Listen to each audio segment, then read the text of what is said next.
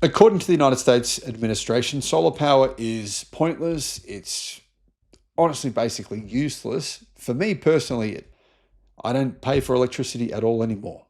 I mean, as in $0, because I have solar power and it actually is enough. Solar and batteries is enough to make me energy independent. And I know many of you are in the same position. And honestly, it's not actually that expensive to do that. It's never been more affordable. Contrary to the US government's claims, solar and batteries are actually the cheapest form of electricity worldwide. A $900 million Texas solar mega farm will actually power Facebook or Meta's data centers.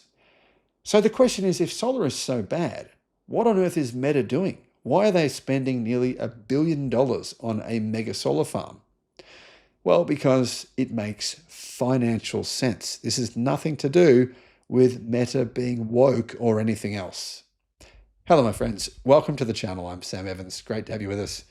Meta just signed more power purchase agreements, or PPAs, with NG in North America, expanding their partnership to more than 1.3 gigawatts of solar across 4 projects in Texas. Now, unfortunately, Meta, for some reason, is investing in gas plants in Louisiana to power its data centers at the same time. Not sure why it's doing that. But anyway, these power purchase agreements include NG's new 600 megawatt Swanson Ranch solar project in Stonewall County.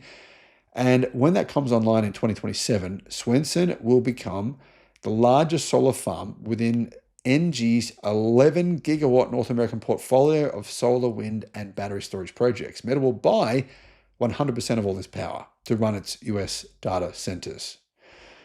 NG says this $900 million project will create more than 350 construction jobs and generate over $158 million in tax revenue for Stonewall County and the local hospital district over its lifetime.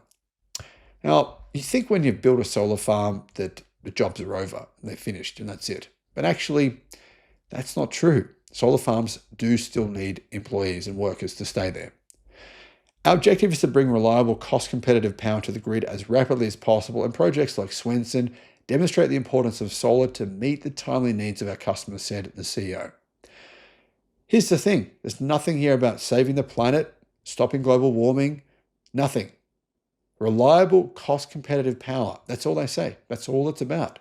Bringing reliable, cost-competitive power to the grid as rapidly as possible. Can you do that with nuclear? Can you do that with anything else? Not really. And cost competitive is the key phrase. The cheapest form of energy pretty much everywhere in the world now, 98% of locations, is solar and batteries. So even though there's been a lot of negative news in the US lately about a lot of renewable energy projects being cancelled, EV sales going down, etc., the truth is renewable energy has been growing very, very quickly, even in spite of Republicans, Donald Trump's abhorrence of it, their disgust in it. It's still going to grow. And this whole dig baby dig thing, I mean, it's not going to work out long term, simply because of really one word: economics. Or you could change that word to cost. Thanks for watching. My solar and batteries. I've got a 50 kilowatt hour battery here, and I've got a big solar array. So I pay $0 for electricity. That's including charging my electric car. Resync Solar is the company that I used. I'll put a link to them in the description below.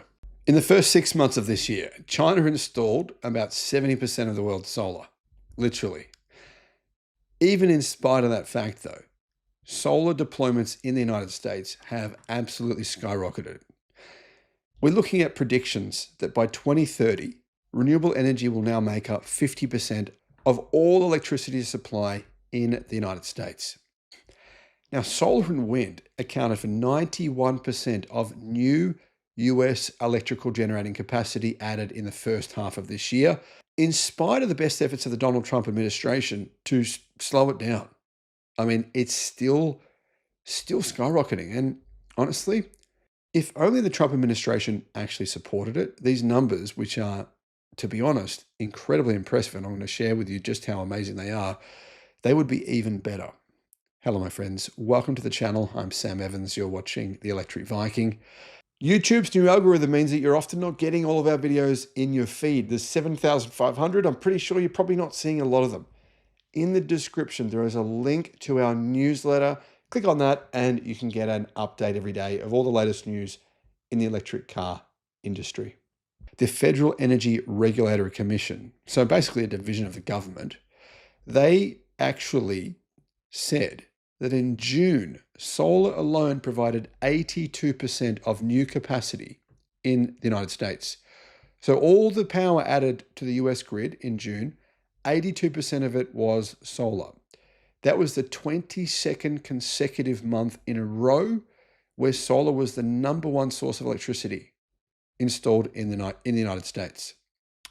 In its latest monthly energy infrastructure update report, FERC said that 2,440 megawatts were placed into service in June, meaning 82%. However, in the first 6 months of this year, 14,567 megawatts of utility scale solar was added to the grid.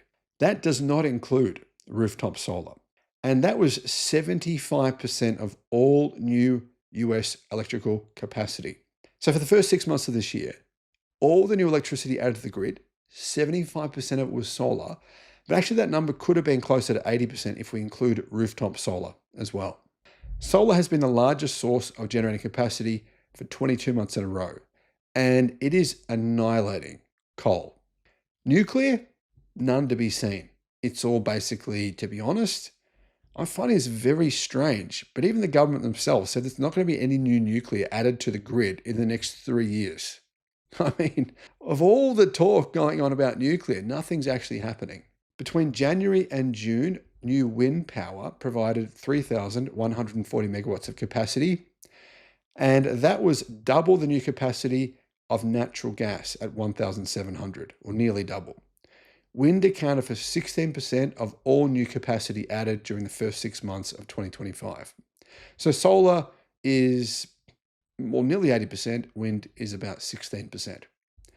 In the first half of the year, solar and wind, plus a small amount of biomass, accounted for 91% of new US power capacity.